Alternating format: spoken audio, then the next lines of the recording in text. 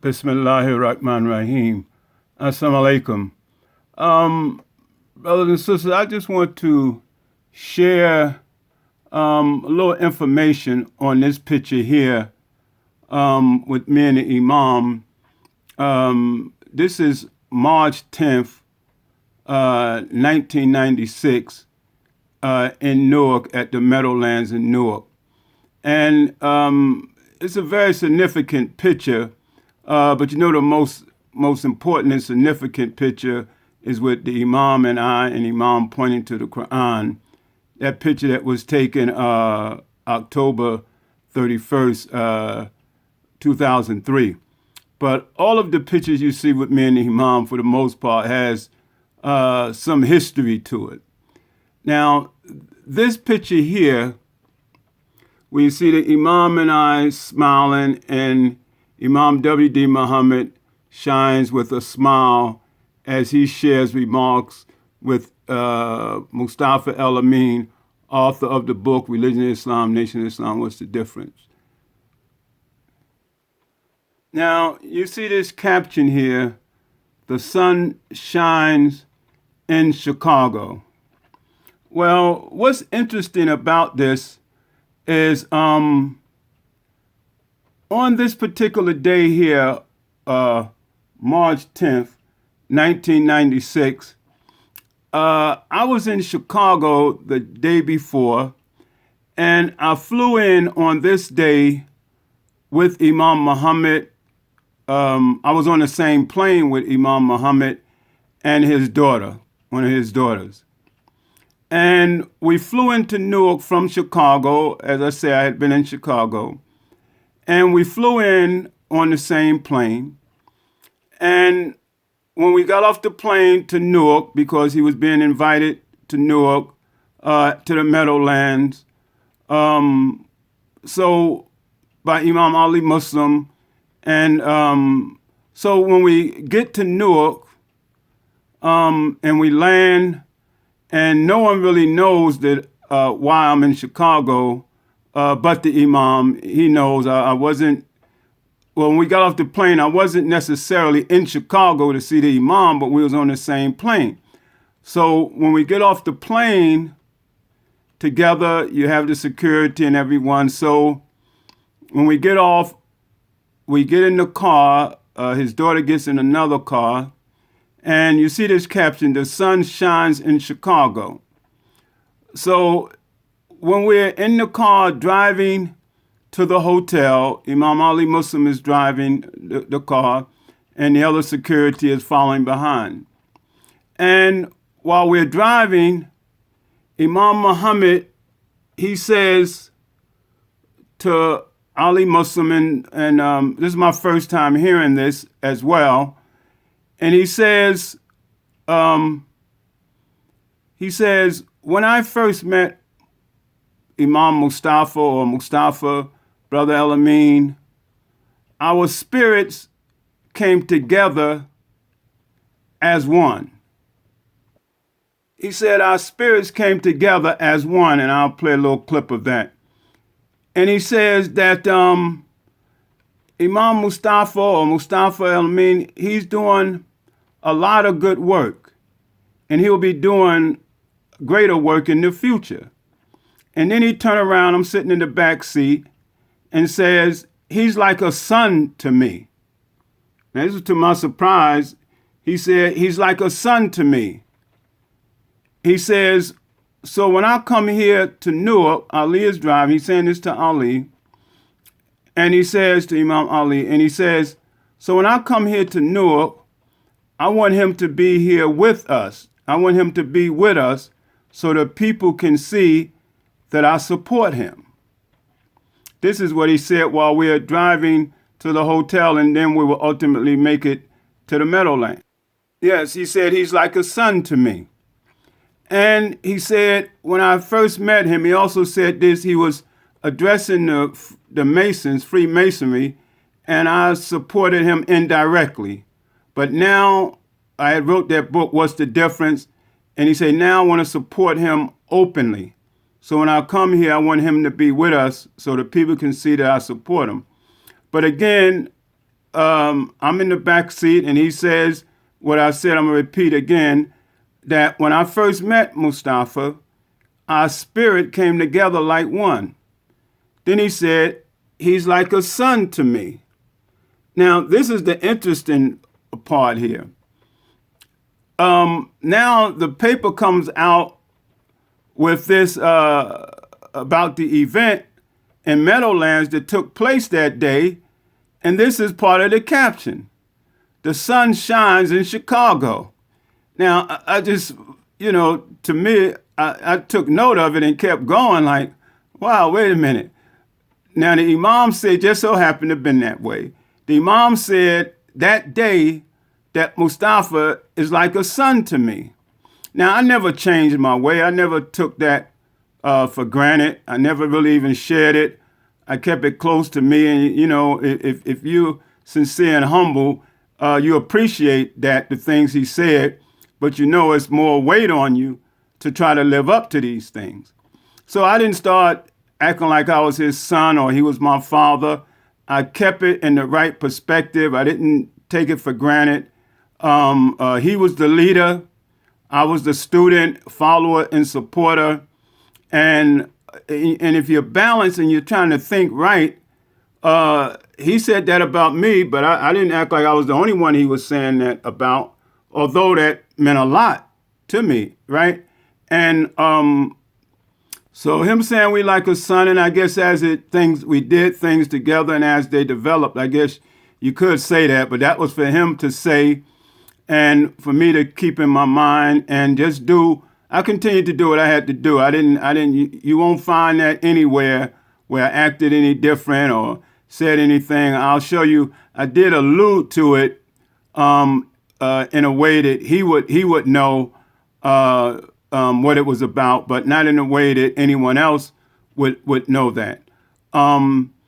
So, when we did meet, and I've shown you clips of that, as the Imam said, and you heard me say it, I only say that because he said when we met for the first time, and it was in Mississippi. It wasn't in Newark, it wasn't in Chicago, and it wasn't planned. It was at Hattiesburg, Mississippi. So again, I thought it was interesting that this caption here, "The sun shines in Chicago," which that day flew back. I was in Chicago and came back with him. The other thing is, a year later we had the 1997 convention here in Newark, and that year I wrote this book here, Father and Son Relationship, Looking Towards the Future. And I was one of the speakers in the program, along with Imam Muhammad, of course. The convention started having that. So also on this day, before we came to the Meadowlands and we went to the hotel, we talked about just a few things, just personal things, and where I had a chance to say that my mother's birthday was the 29th of October, a day before his. And, he reminded me that his mother was November and my birthday was the 13th. And he said, "Oh, you're a Scorpion too?" I said, "Yeah, I'm November 13th. And my mother was too. She's the 29th of October. And, of course, his mother, Sister Clara, was November also, which made her Scorpio. And the way that came up is, I might have mentioned to him, which I've mentioned to you, I haven't been able to find that video, in the 80s when the Imam was talking about the Khalifa, but he was also talking, his main point was how he was the successor to his father, etc., and how his number is 3. Like he's October 30th, 1933. And then he made reference to his father being a Scorpio because his birthday wasn't the 7th, it was later. You heard me mention that before. And so he said a Scorpio followed by another Scorpio. And he said, you can go back in here, he made a relationship with the Scorpion and the Khalifa. And I think he mentioned another President Roosevelt who was a Scorpio. But his point was there at that khutbah at Malcolm Shabazz Mosque sometime in the 80s, if you can pull it up, that the Scorpio was like the Khalifa. And he say, you know, the word Khalifa means to come from behind, to rotate, to come from behind. And he said in the Scorpion, his power, his sting is behind him, and he swings it forward. So he says to have an awareness of history and bring it forward to help move forward. But anyway, it was there also where we, just kind of passingly had that little conversation. But here the sun shines in Chicago, and I was in Chicago that day and came back on the plane with him, and that's the day he said I was like a son to him. I'm just sharing this to you.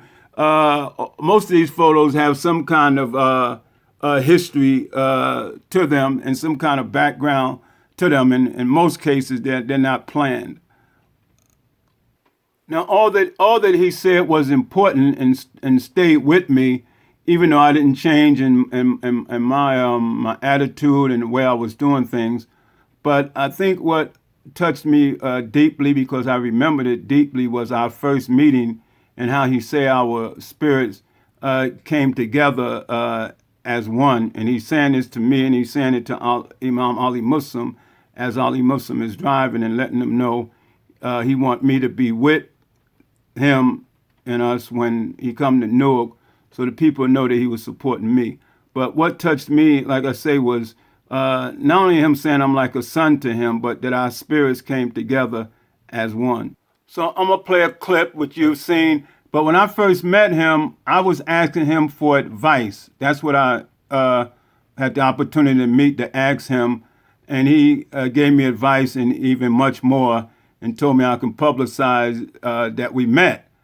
And so he said I can make that public, even though I was just asking for advice. But he said you can publish that I met with you and wished you well. So our public meeting, but he said keep between me and him what we talked about. I'll lead at that time, But brother Imam, I'd just like to thank you for the opportunity, and thank you for the time, and pray Allah to bless you with success and good health, and bless you with great understanding. I know you have great understanding, and I'm just overwhelmed. But from my heart, I really want to try to make a contribution to the advancement of Islam here in America. And I really want to do my best. And I appreciate any advice. I know you said very simple. Yes, it is. My desire to have this opportunity to meet you in person. Okay. And as I said, the presentation that you made, in my opinion, is very, very impressive. And I do believe that you're not given your good wishes to the secret orders, but you're trying to bring them to question the value of secrecy, the legitimacy of secrecy as they practice it, and I think to that extent you're serving the religion, you're serving the interests of the Muslims, but you can publish that you met with me. Okay. And I appreciate that. And I wish you well. I appreciate that very much. Thank you very much.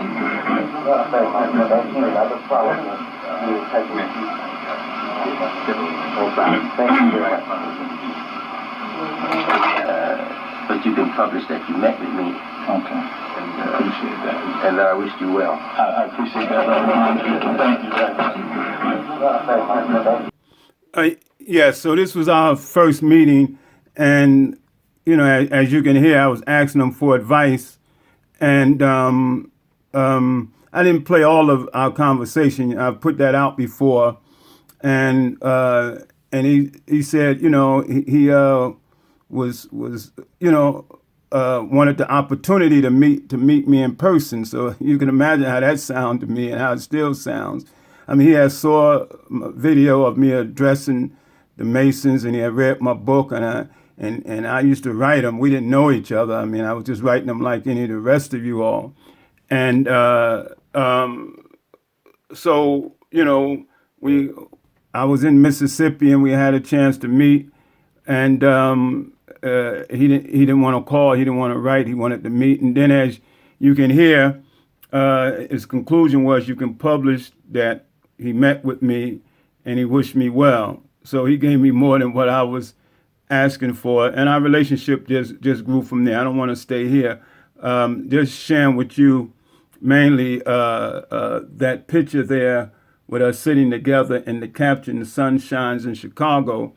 And that day he also said, when we first met, which this is that time, how our spirits came together for the first time. And it's me and Ali in the car when he's saying that. And so I've said that after that. That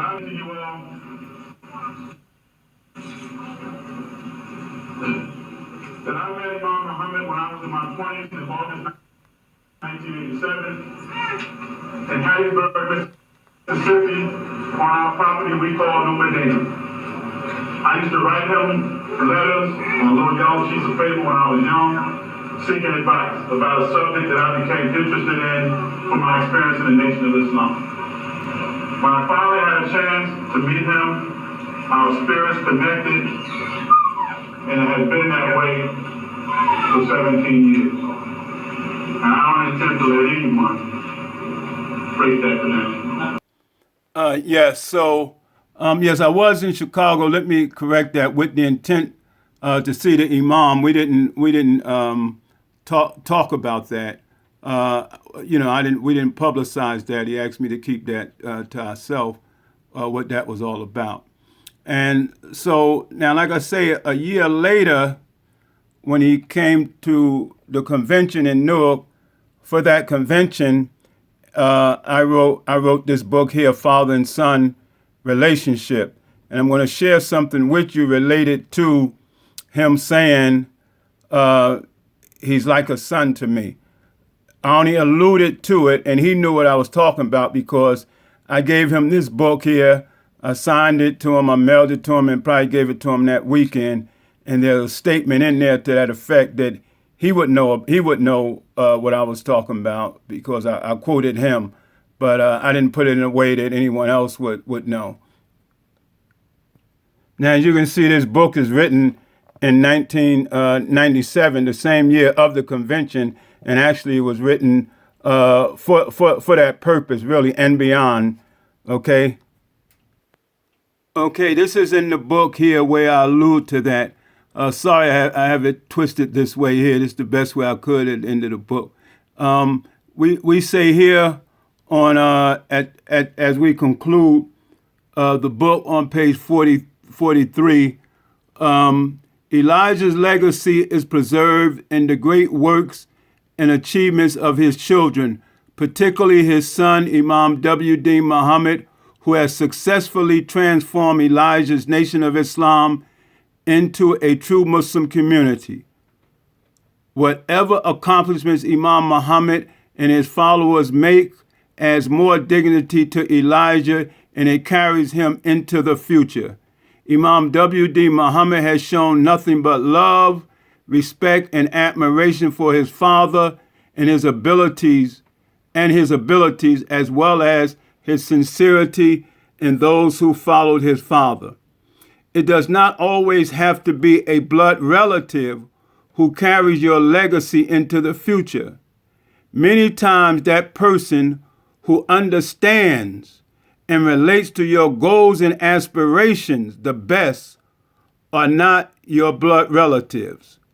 I'm going to read that again. Many times that person who understands and relates to your goals and aspirations the best are not your blood relatives. It may be that person who, quote, is like a son to me. So I gave this to the Imam. He would know. This is when I was alluding to when he said I was like a son to him. So that's why I didn't say it may be that person who is like a son to you. I put it in quotes. It may be that person who is like a son to me, which is what Imam Muhammad said of myself. But other than that, I didn't put that out in any kind of way. You won't see where I said that at all. Then I'll close. I hope that I have written something in this small book that will help father and son relationships and give us a greater reason to look to the future. And that's my intentions and all of our intentions, but I know it's mine is to keep the legacy moving forward, whether, you're the leader over the whole community or whatever you want to call yourself. It's the commitment to the community and the legacy and the work and deciding if you're going to do whatever you can to keep moving that forward. So I just wanted to share this. This is the only time I said it, and I put it in the book. And, of course, I gave this to Imam Muhammad. I'm just going to play a clip from the Father and Son Men and Boys where I spoke, Imam Muhammad spoke as father and son at the convention 1997, a year after what we saw in the paper, okay? And then a few comments from the program itself from March 10th, 1996. Allahu Akbar. Allahu Akbar. Bismillahirrahmanirrahim. Shadu la ilaha illallah wahdahu la sharika lahu wa shadu anna Muhammadan abduhu wa rasuluh. To all of you, honorable brothers, fathers, sons, I greet you. Assalamu alaikum. I'll just play a few minutes. I'm thankful to Almighty Allah for the opportunity to be a part of this grand and noble program. When Brother Barry Muhammad from Maryland called me, and Brother Jamal from Newark contacted me and asked me to be a part of the Father and Son program, they don't realize how deeply I was touched. Because I had just been doing some reflecting on that father-son relationship. I have two boys, and I just had a daughter. She was that one. And I was on my way out to South Carolina, out to Georgia, to Charleston, to do some reflection. Went to South to do some reflection. But my father had just had some surgery to have a kidney removed. And we haven't had what was the best relationship when I was coming up. And particularly after I joined the Nation of Islam. He was like many of our fathers, a hardline.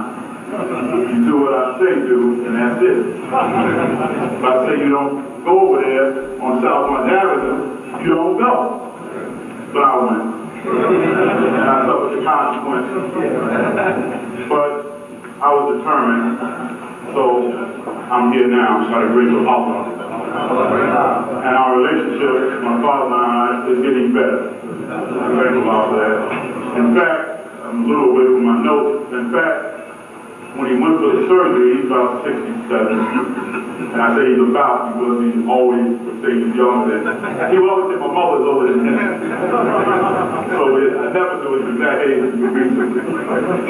So anyway, he was in the hospital going for surgery, and I actually saw a different part of it, He was going under. So I saw a different side of that I've never seen in my life. I could see some fear there, So it caused me to do some deep reflection. So I'm saying that to say, when I was contacted, Brother Jamal, Brother Barry, that motivated me in such a way, and this isn't a commercial here, but it motivated me to write a book on father and son. Many of you know that I write, but it motivated me to go on and complete an idea that was in my mind, father and son. And that's what we wrote. So I want to thank them, and I want to thank all of you. All the support that you have given me over the years, in purchasing my books, and bought my tapes, and listened to my lectures. You have given me the motivation to keep going. With your kind words, your support, and I really, from the bottom of my heart, brothers, I really, really appreciate that. And I want to thank you, and thank you again. Alhamdulillah. Alhamdulillah. Now, when I think of father and son, I want to let you know we have a big job as men, a big job as fathers. To give you an example of it in sort of a humorous way, one of my sons, when he was, I guess, about 2 years old or so, we were driving and we saw the full moon. And he said, "Daddy, what is that?" He's sitting over there, he's probably going to hide under the seat. He's only 7 years old. He said, "Daddy, what's that?" I said, "That's a full moon." He said, "Oh, Daddy, I want to go there. Will you take me there?" See how big the job is? I said, "Will you take me there?" I said, right? I didn't have an answer right away. I said, "Well, sir, maybe one day you can take me there." How you gonna do that, right? So that goes to science and then rocketship, etc. So we have a big job, for our boys, for our family. So I don't know if I'm going to be able to fulfill that obligation, but inshallah, I can give him the motivation and encouragement to go on and let him know he can achieve whatever he wants. But our time is limited. We don't have much time, so I did make some notes. Reminding us that we have a great chance under the leadership of Imam Waziruddin Muhammad to establish a new Africa, which itself is a vision, is a logic, is a knowledge, is an ideal, but it's a potent ideal. And it can come into reality with us working on it and with us passing it to our children. Because it may not come in our time, but if we put it in them, inshallah, it's sure to come down the line. I thank you for your attention, and I thank you, Brother Barrett, for inviting me to be on the program, Brother Jamal. I greet you. Assalamu alaikum.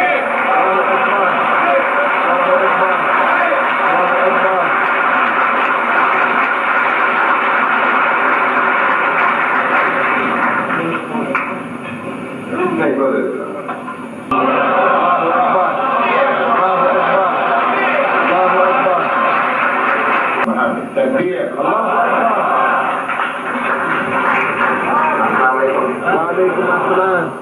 Yes, really, I came to join you as a father.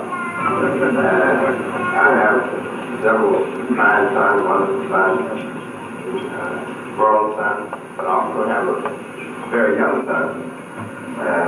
That's in my charge. His mother can't manage it, can't manage the responsibility. He has a health problem. So he's in my charge. I'm his father who's trying to fulfill the mother role at the same time. And the obligations here are sort of such that I had to have some help, and thank a lot. Two of my wonderful grown daughters, they're taking the burden off me. They're taking care of him right now. He wants to be with men. I won't say with his father. He wants to be with men. This little fellow loves to be around men. And what kind of made me feel naked when I walked in here was that I didn't have him with me. I wanted to have him with you and join you.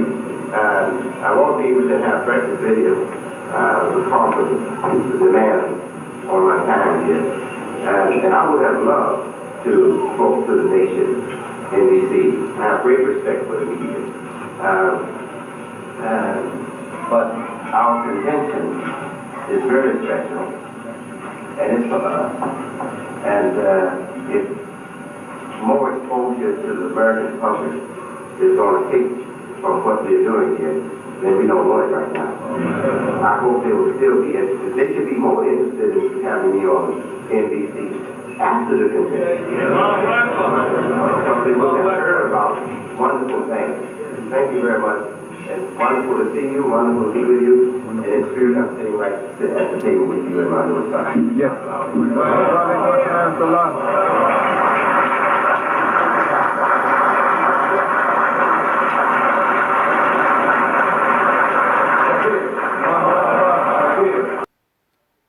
Yes, this was at the 1997 convention in New Jersey.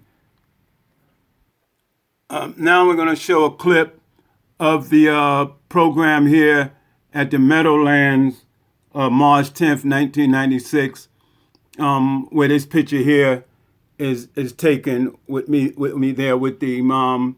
And like I say, just wanted to show you that this picture here is significant. It has a lot of history to it. It's significant to me on a personal level. Unlike the one with the Imam pointing to the Quran and we sitting there, that's significant, of course, to me on a personal level, but more importantly, for us as a community and our history, etc. And I thank Allah and always thank Allah for allowing me to have such a long working relationship with Imam W.D. Muhammad and doing what I can to help the community and a long, even in some ways, personal relationship with him in helping the community. And we pray again always, may Allah grant him the highest level of Jannah.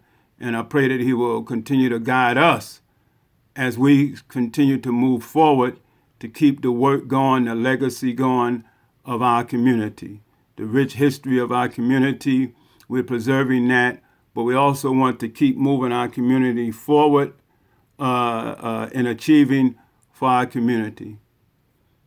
May Allah guide us and protect us, have mercy on us. And we pray that Allah will continue to bless us with good leadership now and into the future among ourselves, whether it's those of us that's been around or our future generations to move us into the future. I just want to say this. I did what I had to do to get to the Imam when I needed to get to him because there was people blocking me, you, and others. And that's just how it was. But you have to have courage, brothers and sisters. You have to be determined and keep your faith in Almighty God, Allah. These things won't be easy, but Allah says, do you think you'll be able to say you believe and not be tried and tested like those before you? But we have to be determined and we have to be committed to doing what we have to do and getting to where we need to go. Okay?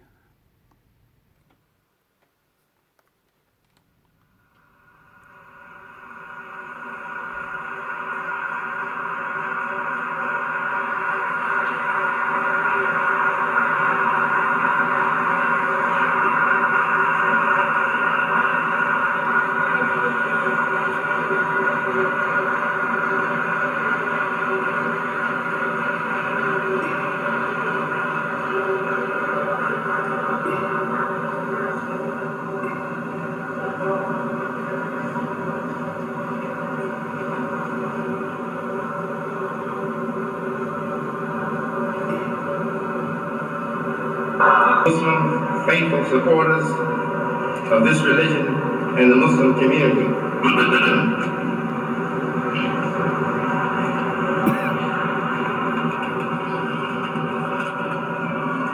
I want to begin by, I would say, doing a review or restating what Islam is.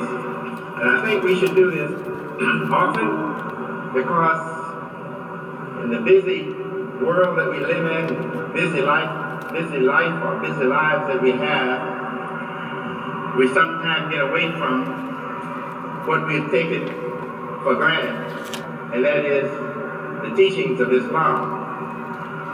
The teachings of Islam can be given in about 5 minutes so that we know clearly what Islam is from what Islam is not. And Islam is first of all to worship one God, the one God who created everything, the one God who's the Lord of all people, the Lord of all the worlds. In the Arabic language, or the Quranic Arabic language, the name is Allah, the same as it is in common Arabic, the common spoken Arabic language for Muslims and for non-Muslims. The name is Allah. It is translated God, but actually, when we study the name Allah in Arabic, we learn that there is a word for God in Arabic, and there's a word for God proper in Arabic. And God, in the common usage, that is, non-Muslims or even non-Christians or non-Jews can use a name from the Arabic language for their gods, or for their god or their gods. Gods that perhaps Jews, Christians, and Muslims wouldn't recognize as being God. They can use a name in Arabic, and it's a different name. It's Ilah. It's Ilah. And we have, as a statement of our strong belief in the God, the one God, the true God, the expression La ilaha illallah. La ilaha illallah. There is no ilah, no God, except Allah. Now these words are not the same. It's not like English. I say there is no God except the God. I use the same words both times for both references. No God except the God. But in Arabic we don't use the same word. We use a different word. We say La ilaha illallah, Allah. La ilaha illa, except Allah. Ilah and Allah, the two words. Ilah means God, as people commonly may use it.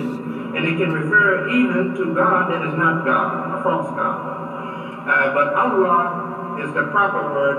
And those authorities on the Arabic language, grammar, Arabic usage, word usage, they say that Allah must have come from a combination of two words. El meaning the, and Ilah meaning God. And when you combine them together, you get Allah meaning the God. The God. I don't know if that's fact or not, but I tend to believe there's a lot of truth to that. That originally Allah might have been made from two words, one meaning God in the common usage, and the other one meaning the. And when you put them together, it distinguishes that God from all other gods. It becomes Allah. And Allah, by the way, cannot be used for feminine, and it cannot be used for masculine. Allah has no gender. Allah, the term Allah has no gender. There's no way to give gender to the term Allah in Arabic, like we can give gender to the term Ilah. Ilah can be made Ilaha, Ilahatun, feminine, and it can be made Aliha, which means the plural, gods. But there's no way to take the term Allah, the word Allah, and make it grammatically say God female or God male. If you can't say God female with it, then there's no God male with it. So God in Arabic is not supposed to be seen as a female or as a male. Also, Allah, the term Allah. Also, it's important to know that there's no way to say more than one God and use the term Allah. No way. You can't say with the term Allah in Arabic, you can't say two Allahs. Two Allahs. You can't say it in Arabic. There's no way to say many Allahs in Arabic. There's no way to say it. So Arabic is the Arabic term for God, Allah, is a fixed, F-I-X-E-D, a fixed term. It cannot be changed into gender, male or female. It cannot be changed into many, two, or many, plural. No dual, no plural for the term. This term was not used by the worshippers of Mecca, the people who worship gods in Mecca. During the time of our prophet, it was not used. It was known, they knew it, but they did not use it. They used the term Ilah. It's feminine and masculine use, and it's dual and plural usage. They used the term Ilah. They didn't use the term Allah. But when Muhammad mentioned the name Allah, some of their more learned, educated people, some of those that were closer to the Kaaba, they had knowledge of this God. The Christians, those who follow Christianity and Judaism, they knew the term Allah, because their God also was one God, considered to be the only God for all the universe and for all people. So they knew of the term Allah, but the Meccans who worship idols, they didn't. Very few of them knew of this term. So Muhammad, the prophet chosen by God to be the last prophet and the messenger to the world, he reintroduced the term Allah to the Meccan Arab people. And they became the ones to promote the term Allah for God eventually, with other Muslims of Africa and Asia and all over now in America now. We are the ones promoting the usage of this term Allah for God. So we say that Islam is built upon 5 structures or 5 essentials. They are also called 5 pillars. Pillars like structures that hold up a great building, a great material structure. There are 5 pillars or 5 principles or 5 essential supports or structures.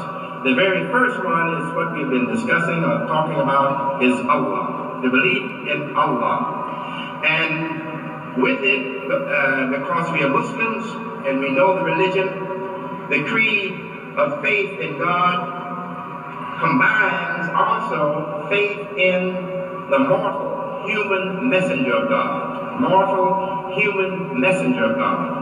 So we witness that God is one and should be worshipped, only worshipped, and no other God worshipped beside him. And we witness that Muhammad is the mortal human messenger of God. That's the first structure, the first pillar, the first essential in our religion. And Muhammad, when he was asked, the prophet himself, prayers and peace be on him, when he was asked, what is Islam? He gave what I'm giving you right now. And he said it is to worship God as though you see him, because if you don't see him, he's seeing you. To know for sure that if you don't see him, he is definitely looking or seeing you.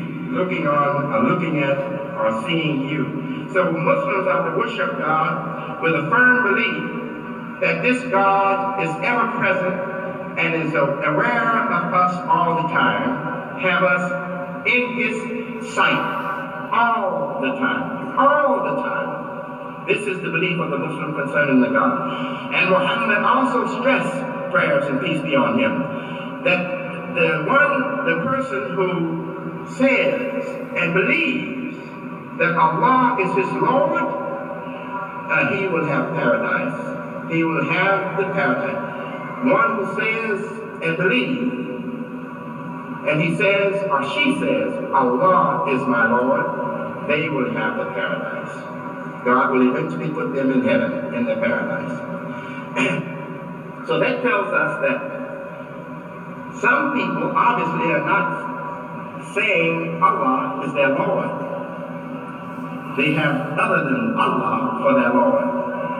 So it is important for Muslims to remember that we are to always know that Allah is our Lord. The term Lord in the Quranic Arabic, by the Arabic language, is Rabb. Rabb. R-A-B-B. 2 B's. Rabb. Now, this brings me to discuss something else at this point. And that is community life. Community life. It is important for Muslims to understand, before I go to the next structure, to the next essential pillar of Islam that tells us what Islam is, it is important for Muslims to understand that our religion is a religion that requires of its believers or its adherents that they accept it as an obligation to be a community. To be a community. A community means to have a public Muslims must have a Muslim public. We cannot just have our religion in our private homes. Our religion is not to be seen only in our private homes. Our religion is to be established in the public. We are to have a community Muslim life. We'll get to that more in detail as we go. Yes, so it was that powerful program there where this picture is taken. And Imam said, I remember we were sitting here, and as the people was coming in, I say, see, they'll come for you, Brother Imam. And he said, they'll come for you also, you know. But the reason that the tape ran off because we're running out of space, and inshallah we'll try to post that whole Kutbah program there at the Meadowlands. So again, may Allah be with us, guide us, and as you just heard the Imam say, is our number one priority is to have faith in Allah. And we hope that what we've been sharing is of some benefit to someone in some way, documenting, preserving, and sharing our history.